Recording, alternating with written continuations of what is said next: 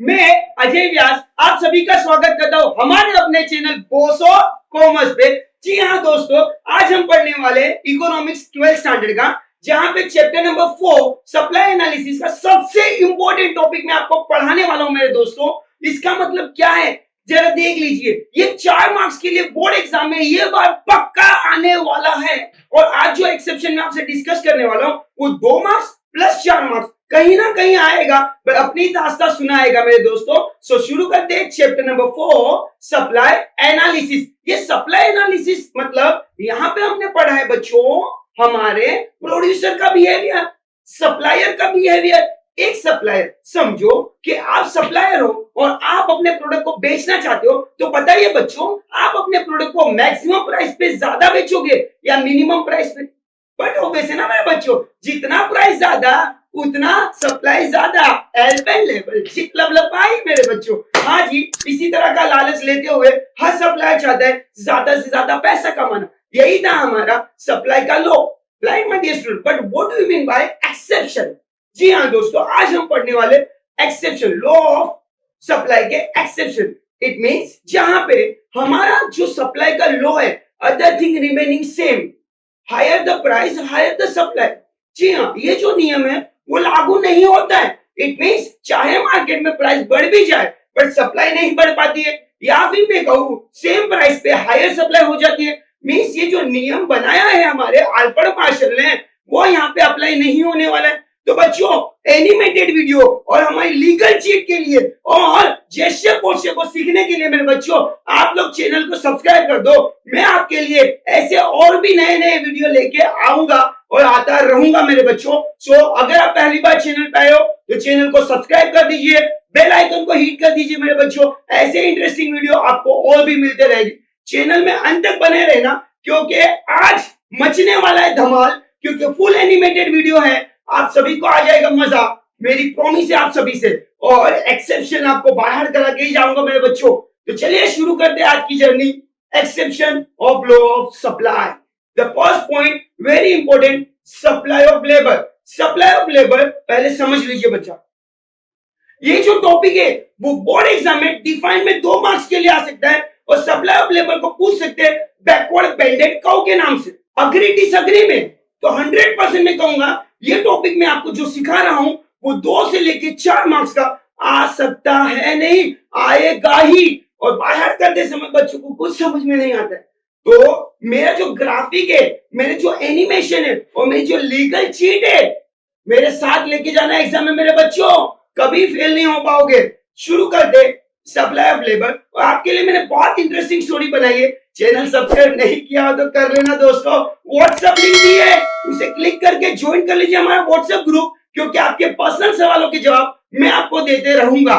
चलिए शुरू कर दे सप्लाई ऑफ लेबर। जी हाँ बच्चों, ये है स्टोरी हमारे चीता चतुर की। चीता चतुर एक छोटे गांव में रहता था, बेचारे के पास में जॉब अवेलेबल नहीं थी। एक दिन उसे कॉल आया कि आइए आप हम आपको जॉब प्रोवाइड करते हैं, राइट। तो वो इंटरव्यू देने गया, और इंटरव्यू देते ही उससे पता चला कि भाई आप इंटरव्यू में पास हो गए हो और हम आपको देने वाले हैं पर आवर 100 रुपीज। जी हाँ, 1 घंटा काम करने के लिए हम आपको 100 रुपया देंगे। चीता चतुर कहते हैं हाँ जी मैं तैयार हूँ 5 घंटे काम करने के लिए। अब 5 घंटे अगर काम करेगा तो कितने पैसे कमाएगा? 500 रुपए। जी हाँ, तो चीता चतुर बोलता है आई एम अग्री, क्योंकि ऐसे भी बेकार बैठा था, काम मिल गया। चलिए शुरू करते जर्नी। तो अग्री करके लेट्स सी, चीता चतुर ने अपनी मेहनत शुरू कर दी, और चीता चतुर रोज 5 घंटे काम कर रहे हैं बच्चों। कितने घंटे काम कर रहे हैं? 5 घंटे। और हर घंटे का उसे कितना प्रॉमिस किया गया था? 100 रुपीज। तो वो कितना कमा रहा है? 500 रुपया। मैनेजर आया और उसने चेक किया कि उसकी परफॉर्मेंस कैसी है, कैसे काम कर रहा है, मेहनत से काम तो कर रहा है ना। जी हाँ, उसकी परफॉर्मेंस अप्रेजल हो गई, उसकी रिपोर्ट बन गई। ये रिपोर्ट अपने बॉस तक गई, और मेरे भाइयों ये बॉस ने क्या डिसाइड किया था, ध्यान से सुनिए। हाँ जी, बॉस ने कहा था कि भाई आपको पर आवर का 100 रुपीज पे करने वाले हैं। जी हाँ मेरे बच्चों, पर आवर का 100। 5 घंटे काम करने के आपको 500 रुपए मिल रहे थे। खुशियां मनाओ, दीप जलाओ मेरे दोस्तों, आज चीता चतुर की मेहनत रंग लाई है। और उमंग के साथ में 100 से 200 की सैलरी, मतलब दुगनी सब कमाई होने वाली है, क्योंकि उसकी परफॉर्मेंस बहुत अच्छी है, जी जान लगा के काम कर रहा है। जी हाँ, यहाँ तक तो हमारा सप्लाई का लो बरोबर चल रहा है। चतुर को 100 से 200 मिले तो चतुर ने कहा मैं भी अपनी तरफ से कुछ देना चाहूंगा आपको, दैट इज मैं पहले 5 घंटे काम करता था, अब मैं 7 घंटे काम करूंगा सर, तुमने मेरा पगार बढ़ाया, मैं अपनी मेहनत बढ़ाऊंगा। हाँ जी दोस्तों, तो ये 200 रुपए कमाने के लिए अब वो 7 घंटे काम कर रहे हैं, दैट मीन्स अब पूरे कमाएगा 1400 रुपये। जी हाँ, अब चीता चतुर दूसरे दिन फिर से जी जान लगा के काम कर रहा है, और पहले वो कटिंग करता था, डिजाइन करता था लकड़े में, अब वो पॉलिश करने का काम भी कर रहा है। तो पूरे 5 घंटे काम करने के बाद 2 घंटे एक्स्ट्रा वो पॉलिश का काम भी सीख गया। और चीता चतुर ने देखा फिर से मैनेजर आया है, खुशियों के दिन लाया है, और उसकी परफॉर्मेंस क्या हो रही है, अप्रेजल हो रही है। जी हाँ दोस्तों, और जब जब परफॉर्मेंस अप्रेजल होगी तो उसकी रिपोर्ट बनेगी, और वो रिपोर्ट जाएगी बॉस के पास। यह हमारा चीता चतुर को पता था, क्योंकि पहली बार जब रिपोर्ट बनी थी तो याद करो 100 से हो गए थे 200। तो चीता चतुर को लग रहा था जी हाँ, अब तो मैं ज्यादा काम कर रहा हूँ, मेहनत कर रहा हूँ, तो मेरी परफॉर्मेंस अच्छी है, मेरी सैलरी बढ़ेगी। जी हाँ, चीता चतुर की सैलरी बढ़ गई 200 से 300। यहाँ पे मेरी बात ध्यान से सुनिए, जैसे जैसे वेज रेट बढ़ रहा था, चीता चतुर अपनी आवर्स ऑफ वर्क मतलब आवर्स ऑफ वर्क काम करने के समय को भी बढ़ा रहा था। जी हाँ, आप जो देख रहे हो यहाँ पे वेज रेट है वो बढ़ेगा, तो वो अपने काम करने का समय भी बढ़ा रहा था। यहाँ तक लो ऑफ सप्लाई बराबर, बट चीता चतुर था। अब उसने सोचा अगर मेरे 1400 रुपया कमाने के लिए 7 घंटा दे रहा हूं, सपोज अगर मैं वही 7 घंटे 300 रुपए के लिए करूं तो 2100 रुपए कमाऊंगा। क्यों इतना ज्यादा मेहनत करूं, थोड़ा टाइम मेरे फैमिली को दे दूं, मेरे दोस्तों को दे दूं, थोड़ा घूमूं फिरूं मजा करूं। तो चीता चतुर ने, मुझे बताइए यहाँ पे 300 रुपए मिलने पे चीता चतुर को क्या करना चाहिए, अपनी सप्लाई बढ़ानी चाहिए, आवर्स ऑफ वर्क बढ़ाना चाहिए। ऐसा उनके बॉस ने सोचा था कि अब चीता चतुर 8 से 10 घंटा काम करेगा। बट यही है मेरे दोस्तों बैकवर्ड बैंडेड कर्व, लेबर सप्लाई, जहां पे हमारा नियम लागू नहीं हो पाता है, क्योंकि अब चीता चतुर सोचता है कि मैं मेरी फैमिली को टाइम दूं, अब मैं मेरे दोस्तों को टाइम दूं, क्योंकि चीता चतुर को सैलरी अब 300 रुपया मिल रहा है पर आवर, हर घंटे के 300 रुपए। अगर चीता चतुर ने सोचा कि मैं 6 घंटे भी काम करूं, कितने घंटे काम करूं, 6 घंटे काम करूं, तो भैया मैं कमाऊंगा 1800 रुपये, जो 1400 से ज्यादा है। और चीता चतुर ने अपनी आवर्स ऑफ वर्क, अपनी मेहनत का जो समय है वो बढ़ाने के बदले क्या कर दिया है, घटा दिया है। वेज रेट बढ़ा है पर इसकी सप्लाई क्या कर दी उसने, कम, क्योंकि उसको सैलरी क्या मिल रही है, ज्यादा। जी हाँ दोस्तों, यही है exception of law of supply. फिर से मैं आपका एक्सप्लेन करता हूँ, और अब यहाँ से आपको पूरी तरह से बाहर हो गया, मुझे पूरे गले पे विश्वास है। जिस तरह वेज रेट बढ़ रही है मेरे दोस्तों, चीता चतुर ने अपनी क्या कर दी है, per hour, hours of working per day reduce कर दिया। Increasing wage rate, increasing hours, 100 से 200 हुआ, 5 घंटे से 7 घंटा कर दिया, 200 से 300 हुआ, तो यहाँ पे उसने अपना hours of work per day reduce कर दिया। तो हमें ये दोनों के बेस पे, फर्स्ट और सेकंड कॉलम पे बेस पे शेड्यूल बनाना है और कर्व बनानी है, जो बोर्ड एग्जाम में 2 मार्क के लिए आएगा। बच्चों अगर चैनल को सब्सक्राइब नहीं किया है फिर से पूरा सब्सक्राइब कर दीजिए। ऐसा एनिमेशन, ऐसा जेस्चर पोस्टर और कहीं मिलने वाला नहीं है। अपने कॉलेज के ग्रुप में, अपने फ्रेंड के साथ में वीडियो शेयर करना भूलना नहीं, क्योंकि पूरी तरह से फ्री है। सबका भला करो, सबके साथ सबका विकास। चलिए लेट्स स्टार्ट।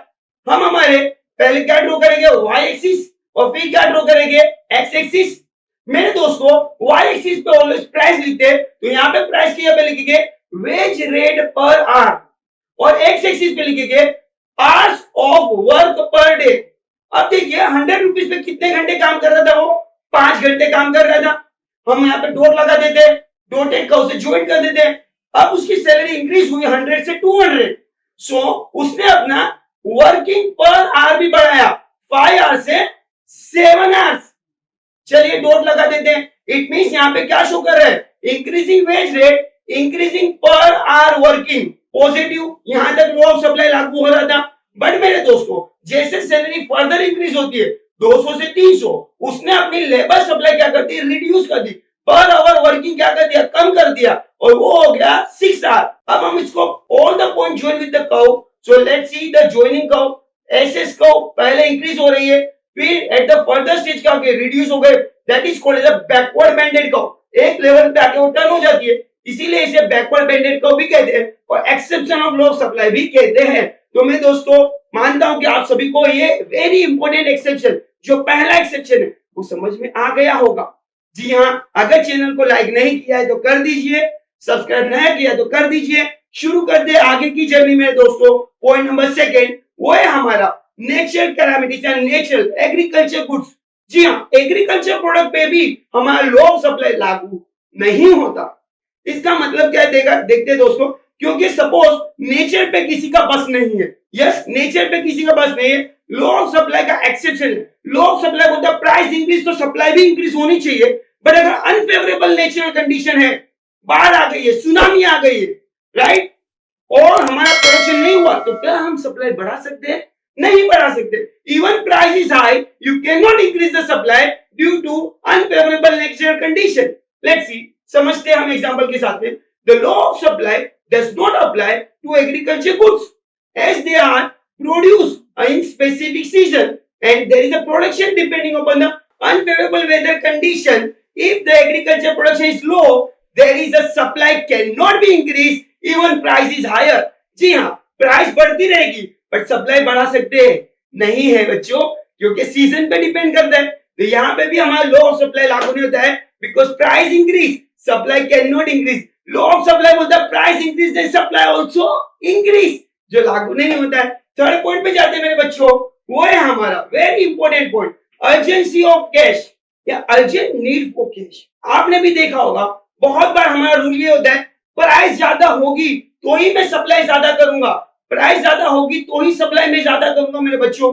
बट जरूरत वो चीज है जहां पे अच्छे अच्छे पिघल जाते हैं। तो लॉ ऑफ सप्लाई भी यहाँ पे लागू नहीं होता है मेरे दोस्तों। जरूरत के समय हम महंगे से महंगी चीज भी सस्ते में बेच के चले जाते हैं। मींस हम ये नहीं देखते कि प्राइस मिलेगी तो ही बेचूंगा क्योंकि आज मेरी जरूरत है। जी हाँ मेरे दोस्तों, आप लोगों ने देखा होगा कि अपनी चीजें नीलाम कर देते लोग जब वो बैंकक्रप्ट हो जाते। इवन प्राइस इज लो, उनके प्रोडक्ट उन्हें बेचने पड़ सकते हैं। तो if the seller is urgent need for cash, मुझे पैसे की बहुत जरूरत है, he may sell his product at which may even price below the market. अगर मुझे मार्केट से कम प्राइस भी मिल रहा है तो भी मैं बेचूंगा और मेरे दोस्तों पैसे रिसीव करूंगा क्योंकि मुझे किसी को वो पैसे चुकाने हैं। तो याद रखना, urgent need for cash is also be exception. Price low, even ready to supply. जी हाँ दोस्तों, समझ में आ चुका। हमारा जो किसान है बारिश की वजह से, बारिश के डर से वो अपना प्रोडक्ट जल्दी बेच देता है, चाहे मंडी में भाव कम भी मिले, और यहाँ पे कमी कम है क्योंकि लॉ ऑफ सप्लाई लागू हो रहा नहीं है। नेक्स्ट मेरे बच्चों, बहुत सिंपल और इजी लैंग्वेज में फिर से मैं बताना चाहता हूँ, एनिमेटेड वीडियो अगर चाहिए तो बॉस ऑफ कॉमर्स पे आइए, व्हाट्सएप लिंक को ज्वाइन करिए और चैनल को सब्सक्राइब करना भूलना मत मेरे दोस्तों। जी हाँ, फोर्थ एक्सेप्शन है वो है पेरिशेबल गुड्स।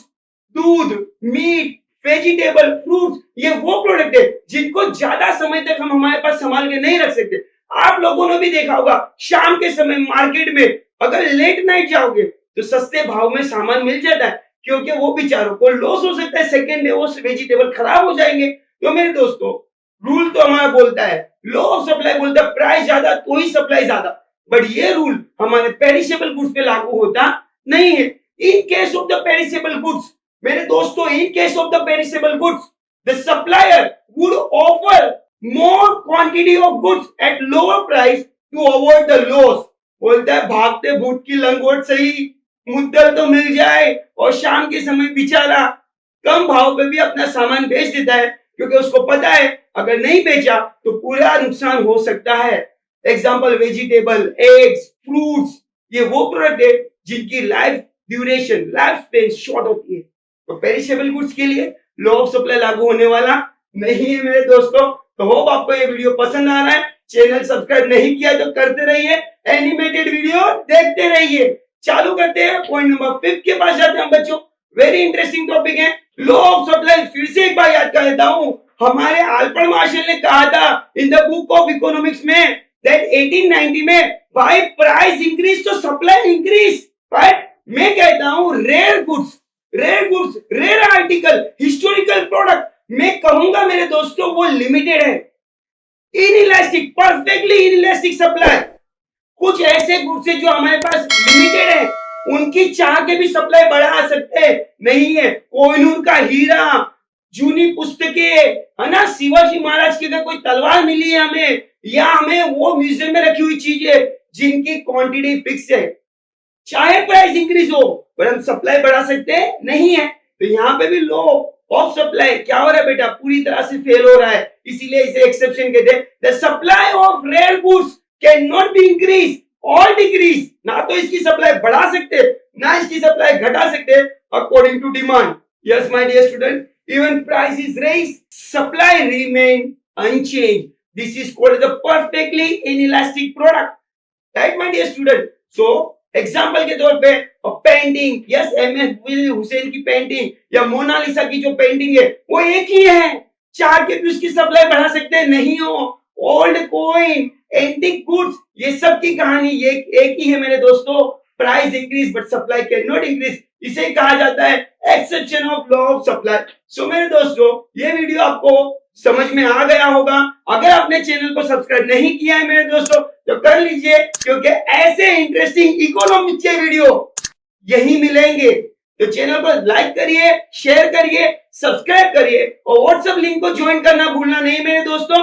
बेल आइकन को हिट करना, क्योंकि बजेगा बेल तो बोलेगा सर। जी हाँ दोस्तों, फिर मिलेंगे एक नए टॉपिक, नए सब्जेक्ट के साथ में। Thank you so much.